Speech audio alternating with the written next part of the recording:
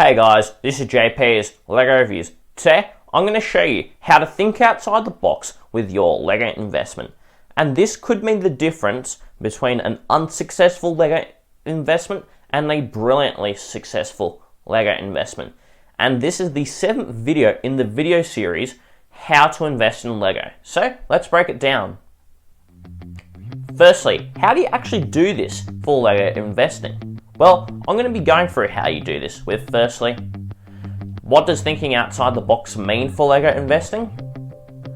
How to think outside the box with LEGO investing once you know what it is, and finally, what price should you get this type of outside the box set on? So, let's just look at it now. Now, what does thinking outside the box mean for LEGO investing?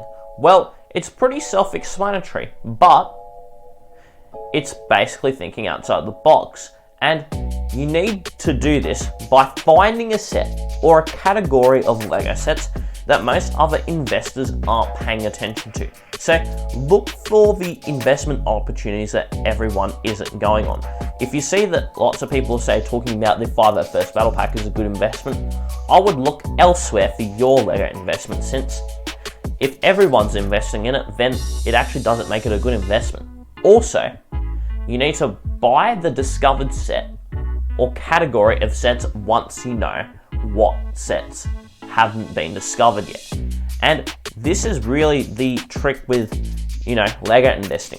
Making sure you hop on the opportunity before everyone else does, and when they realize it was a good opportunity, the set's already retired and it's already doubled in value. So, how do you actually go about this? Because we understand what thinking outside the box, is, but how do you go about it? Firstly, you need to figure out what LEGO sets are overrated, correctly rated, or underrated. And secondly, you need to discover why a particular LEGO set is underrated, to help you figure out if the underrated part of the set is actually a good or a bad thing. So, what does an overrated set look like? This is a really good question, because these are the sets you want to avoid investing in. Well, it's sets like the new and actually old 501st Clone Battle Packs. Now, what makes this sort of set overrated? Well, firstly, it's a set that usually gets a lot of positive reactions. It's a set that everyone is talking about, and it's a set that usually has great sales. Like, it's hard to find it in stock, or you don't really see it that often on discount, because companies can keep selling them all the time at normal price. And a good example of a set like this is the new 501st Battle Pack, where it's a lot less common to find this on sale than the TIE Bomber already is, for example. Also, it's a set with flaws that most other people overlook. Now, lots of people may like this 501st Battle Pack, but I think it's a bit overrated. Like, all the 501st kind of troopers, they're not regular troopers. And I think in its place, LEGO really could have done something else. And this was obviously a money grab for LEGO, because they knew that people wanted a 501st Battle Pack. They released another one with honestly less exciting minifigures, and people are still really excited about it. Even though I reckon that LEGO should have done a free 32nd Clone Trooper Battle Pack instead, or something that was truly different instead of another 501st Battle Pack. Also, it's bought too often, so when it retires, the market for this set will be oversaturated. Now, people are buying this set in droves, and also the old 501st Battle Pack comes with that sort of over-purchasedness as well. And because these types of overrated sets have been bought too often, even though they may actually be really good sets, because so many people have bought them to invest, once it's retired, the prices don't increase that much, because lots of people still have it after it's retired, and you can buy it for relatively cheap on the second-hand market, which it's actually a good thing if you want to get the set just to own it, but it's a bad thing if you're an investor wanting to invest in this set. But now, let's look at what a correctly rated LEGO set looks like.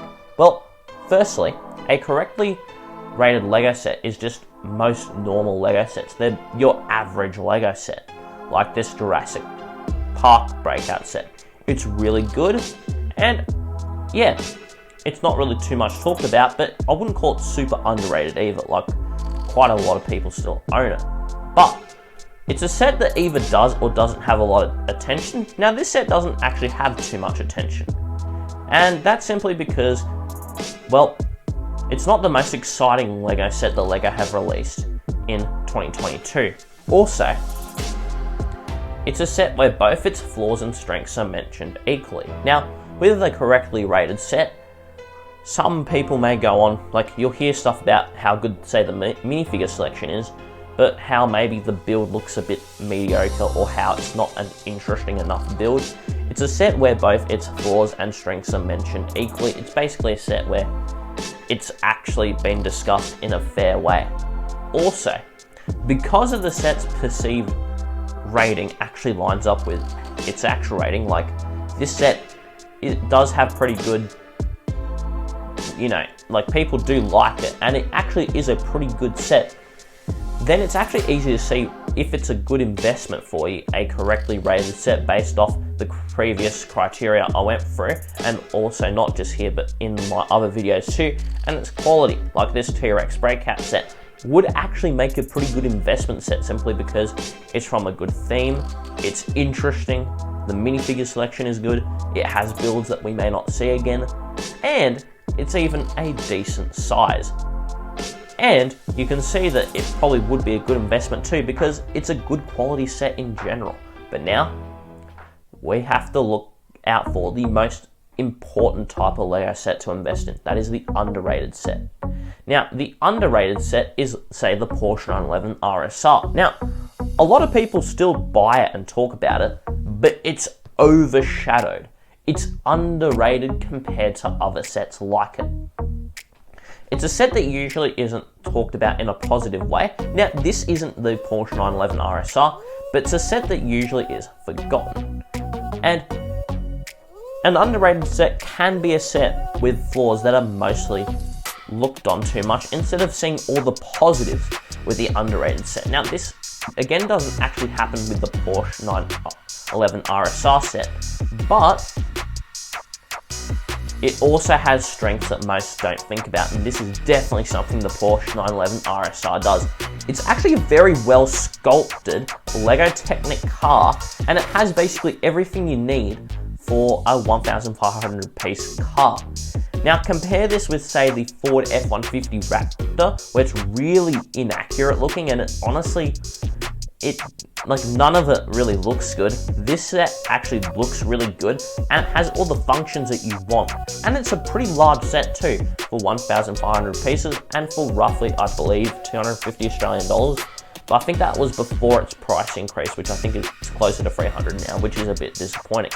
But finally, it can be a set that most forget about after a few months of it being released. Now, this set actually has been out for a while, because it's actually good, and most normal people have bought it. But what still makes this a good investment is most investors probably aren't thinking about this when it comes to Lego investing.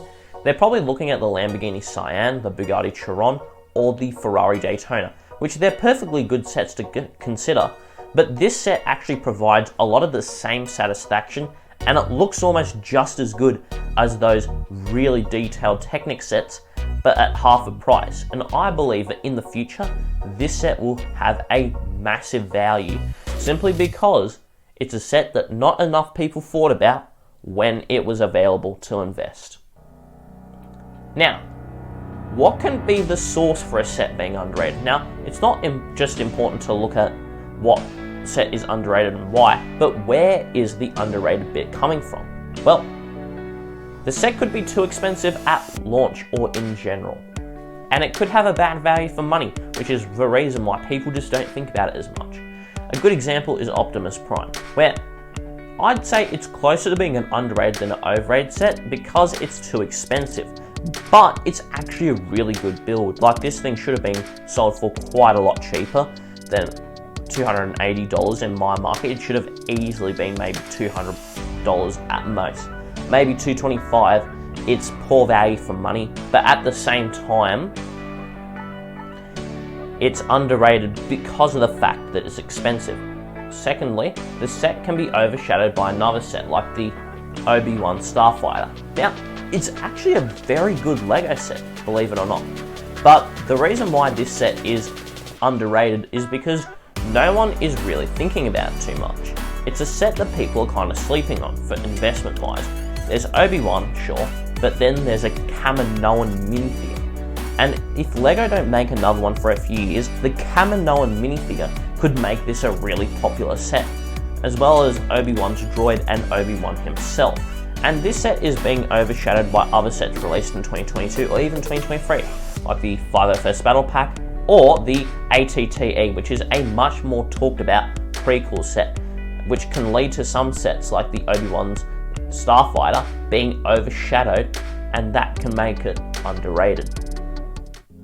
Finally, another source of a set being underrated can be the set itself is bad, but with good to great minifigures. And the Iron Man Armory is a good example where it has lots of really good Iron Man suits, and it has all the other minifigures you would want to see in an Iron Man set as well, like Nick Fury, Pepper Potts, and a bunch of Iron Man helmets and suits in general. But the set isn't talked about too much either, investment wise, simply because the set is bad enough that the minifigures kind of aren't looked at enough.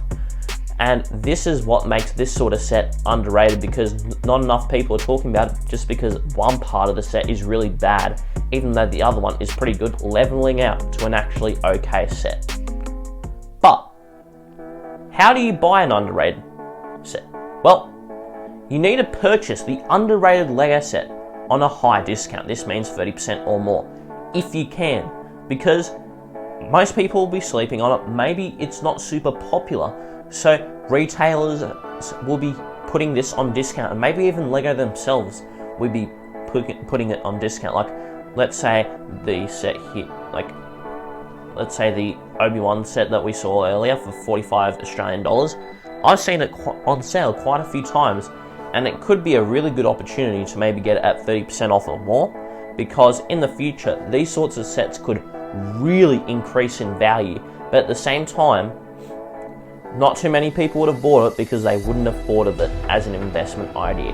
And a good example is General Grievous' Starfighter from 2020, where I could see it on sale all the time, but now it's practically doubled in value, which is pretty ludicrous in my opinion.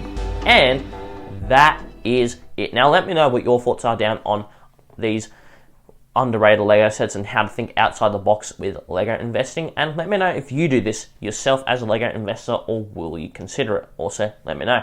If you enjoyed the video, please smash the like button. If you want to see more content just like this, then please subscribe. I hope you guys have a successful day and keep investing and building.